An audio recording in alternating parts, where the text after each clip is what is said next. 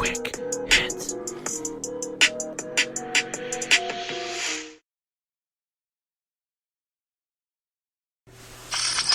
It's time for Hobby Quick Hits. Hobby Quick Hits. A sports card podcast where we tackle the hobby's hottest topics in depth to help you navigate the sports card landscape and enjoy the hobby we all love. Here's your host, John Newman.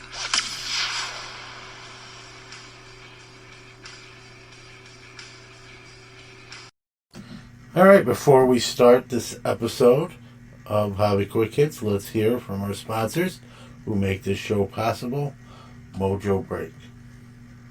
Hey folks, wanted to tell you about the best place to get some of your sealed sports card wax products. Great selection and some of the lowest prices on the web. MojoBreakShop.com is that place. Whether it's a box or a whole case, they're your guys, and they ship around the world right to your door. The Mojo Break name is one of the most trusted in the hobby. From sports cards to Pokemon, their selection can't be beat. They offer daily deals and pre-orders. Who won first place at this year's Topps Rip Party? None other than Mojo Break. Their prices are already great, but here's a way to save even more money. Use the code QUICKHITS, that's QUICKHITS, for 10% off anything on MojoBreakShop.com.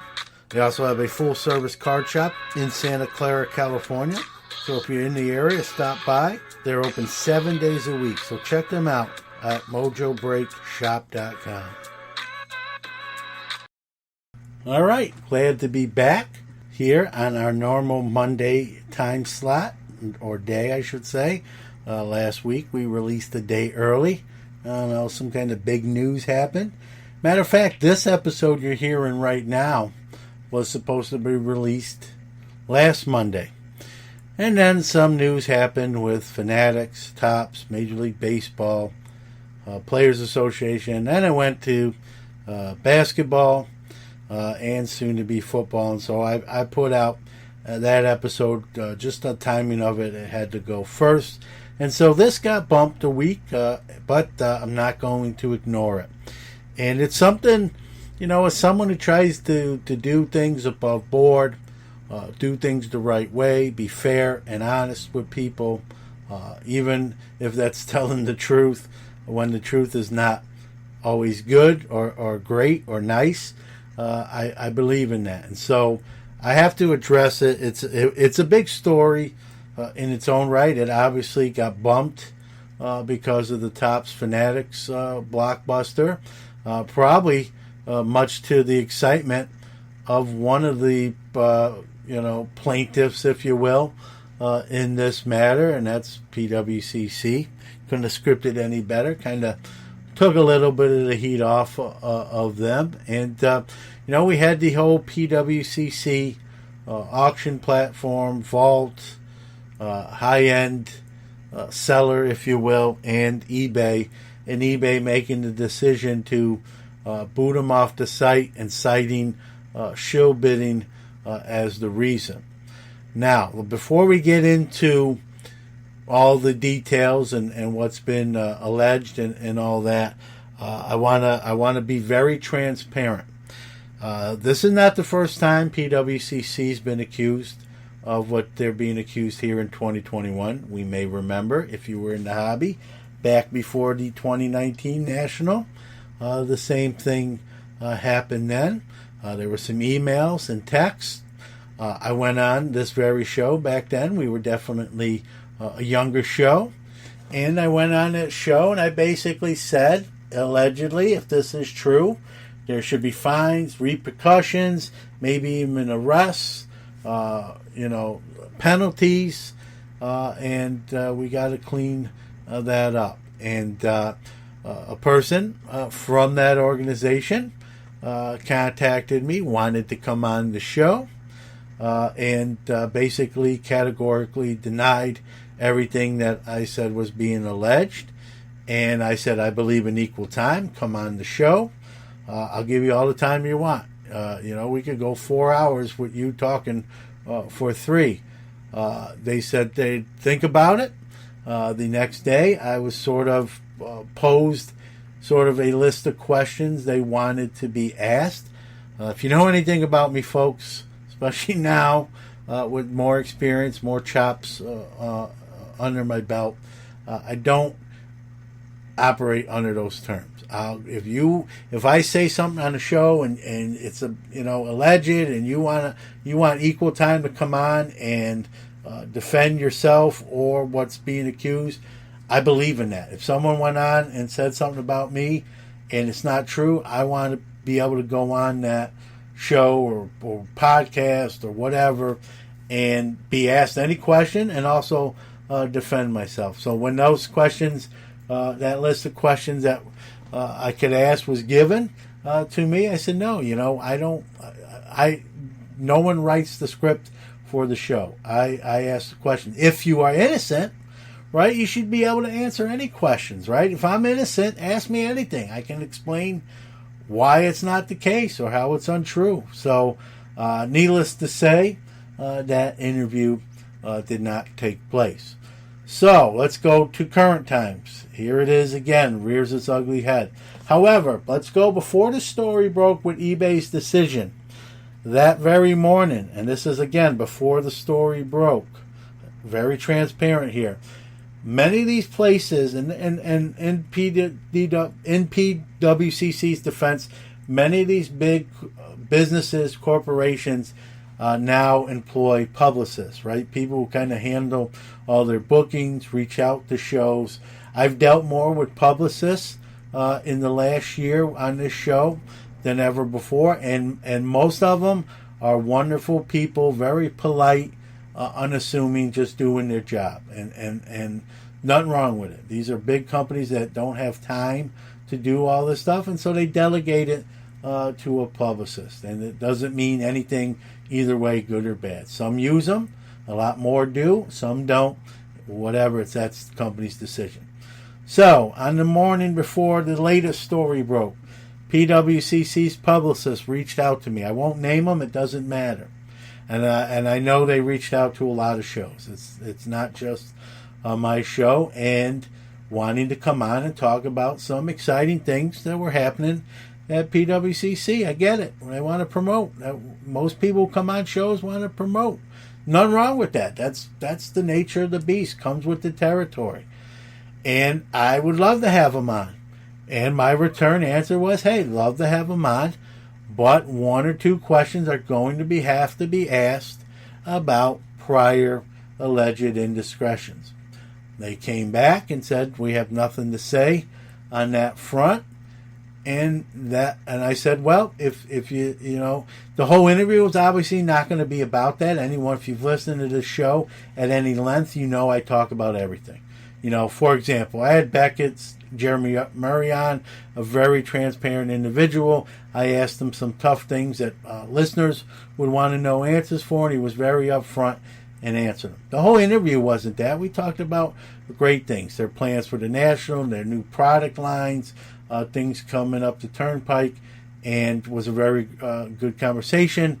And I can tell you, in meeting Jeremy at the National and talking to him off the air, even since that airing, we have a good relationship, and he gave me many compliments that were very nice in relative to other interviews he's done. And so I try to be very fair, but I do have to ask questions that people want to know answers for. That's part of a talk show, a podcast. And so my last email to them was, hey, if you don't mind answering one, if you change your mind on answering one or two questions pertaining to 2019 allegations, we'll talk about everything. Come on, we'll love to have someone on the show. And I got not at this time. Okay, and that's their right. Doesn't make them bad, right? But again, I'm not going to script. I'm not going to have someone else script. Matter of fact, I don't even script much of my show. Many of the questions you hear are just conversation off the cuff, based on maybe writing 1, 2, 3 questions down and then playing off of those. That's 100% true. That's generally how I do any interviews or conversations I had. And so No response to my last offer, to ask one or two of those questions.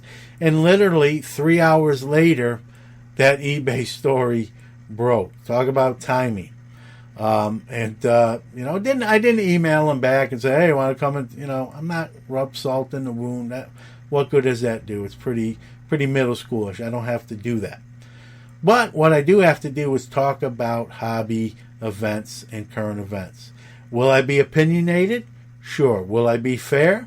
Yes, I will. And so that story broke. And if you read the eBay statement, one thing I kind of went on social media and I said, to make that decision and accuse a company of doing that or its associates, you must have evidence. Because if you don't, with libel and slander laws and defamation of character, you got to be careful what you make known to the world and say about an organization or a company.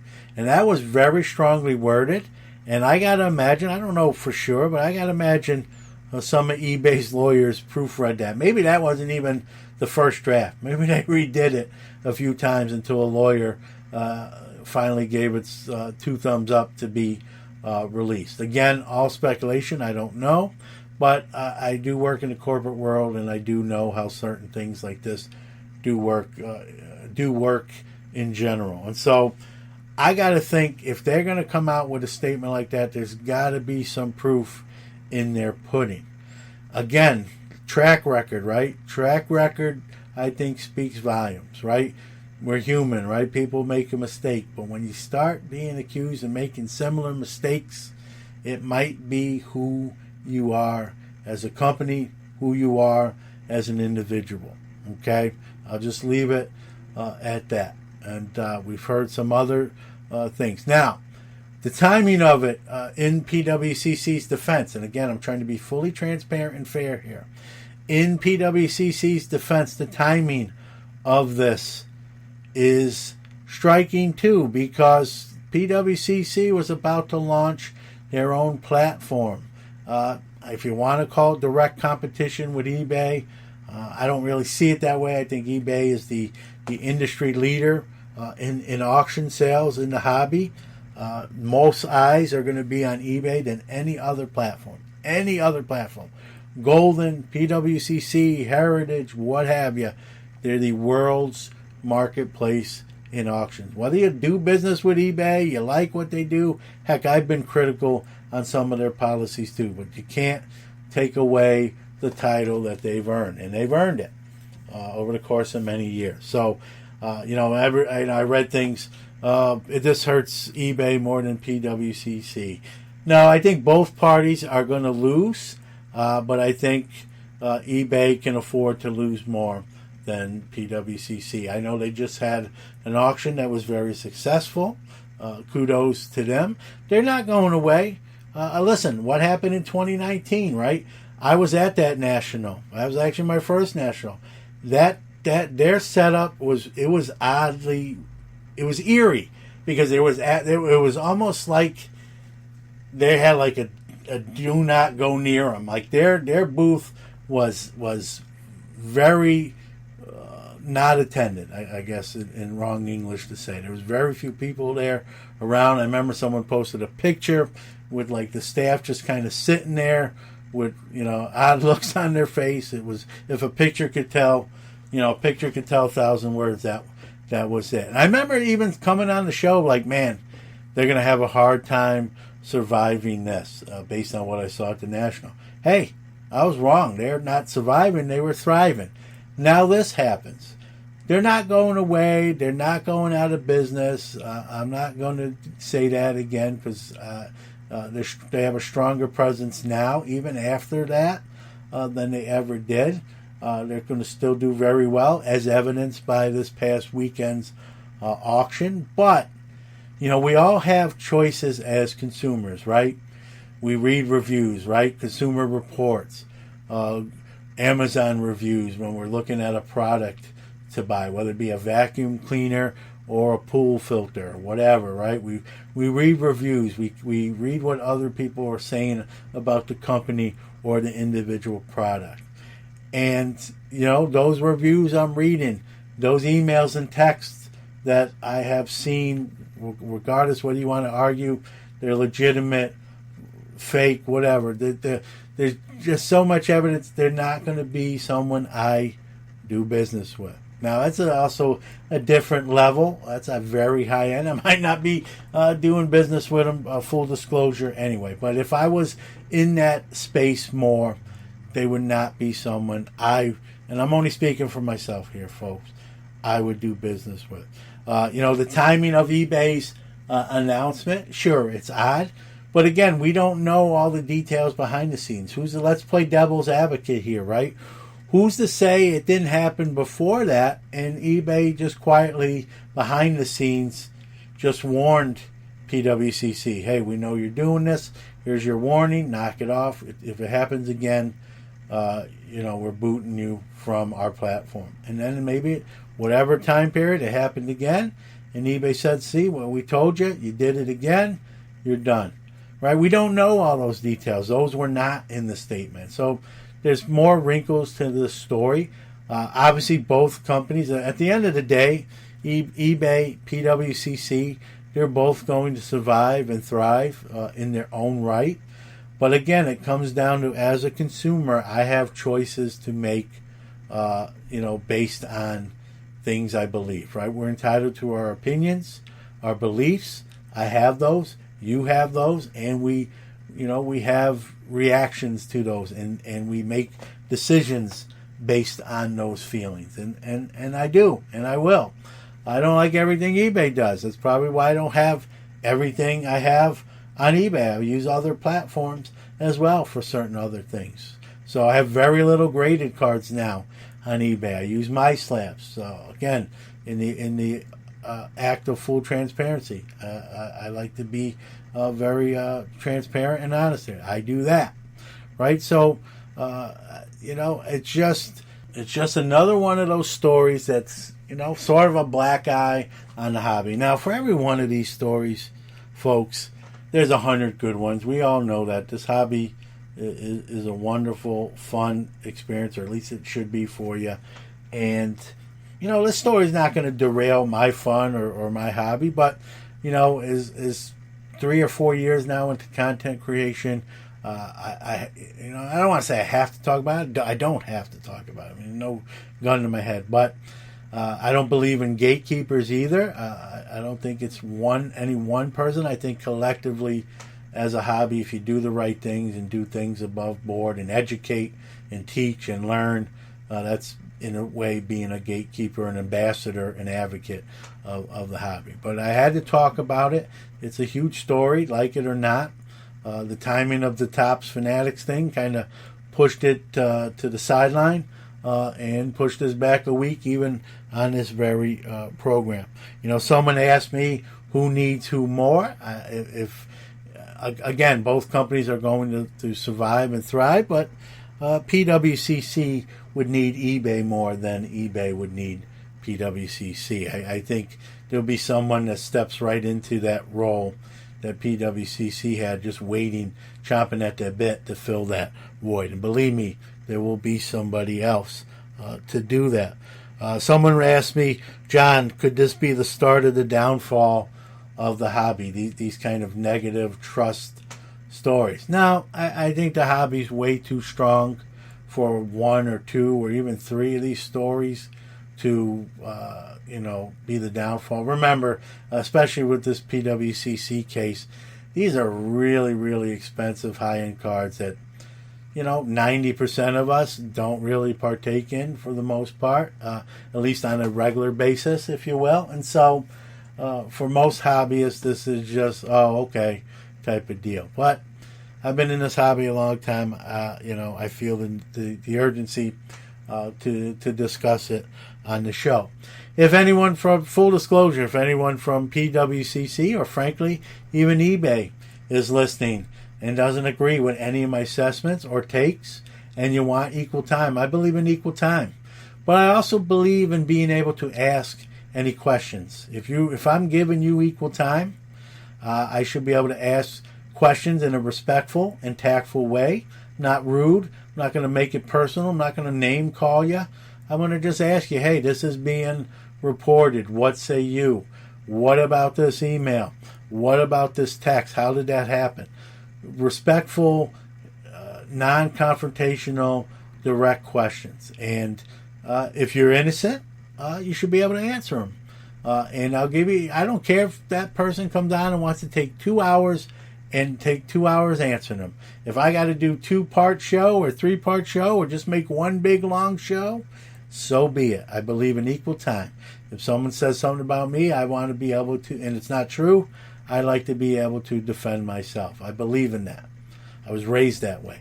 So, to PWCC, to eBay, or anyone else for that matter, if you feel I've said something that you now agree with or I'm dead wrong on, and you want to come on either this show, Sports Card Nation, Hobby Hotline, Breaking Cardboard, whatever platform you want to have your say and your due diligence, please reach out to me. My text is all over the place. Here's my personal phone number, 315-491-0239.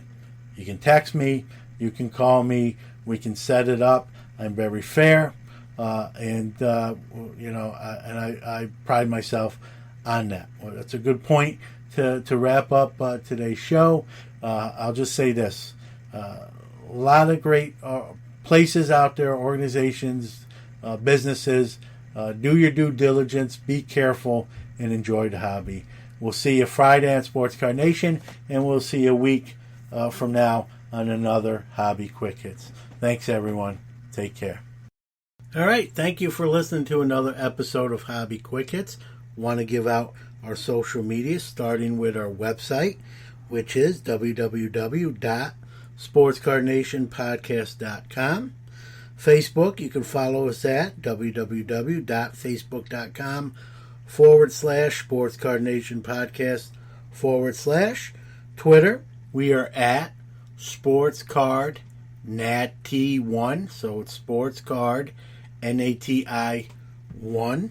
Instagram at Sports Card Nation Podcast, or you can email the show hobbyquickhits@gmail.com. Again, thanks for listening. We'll see you next week. Leave the gun. Take the cannoli.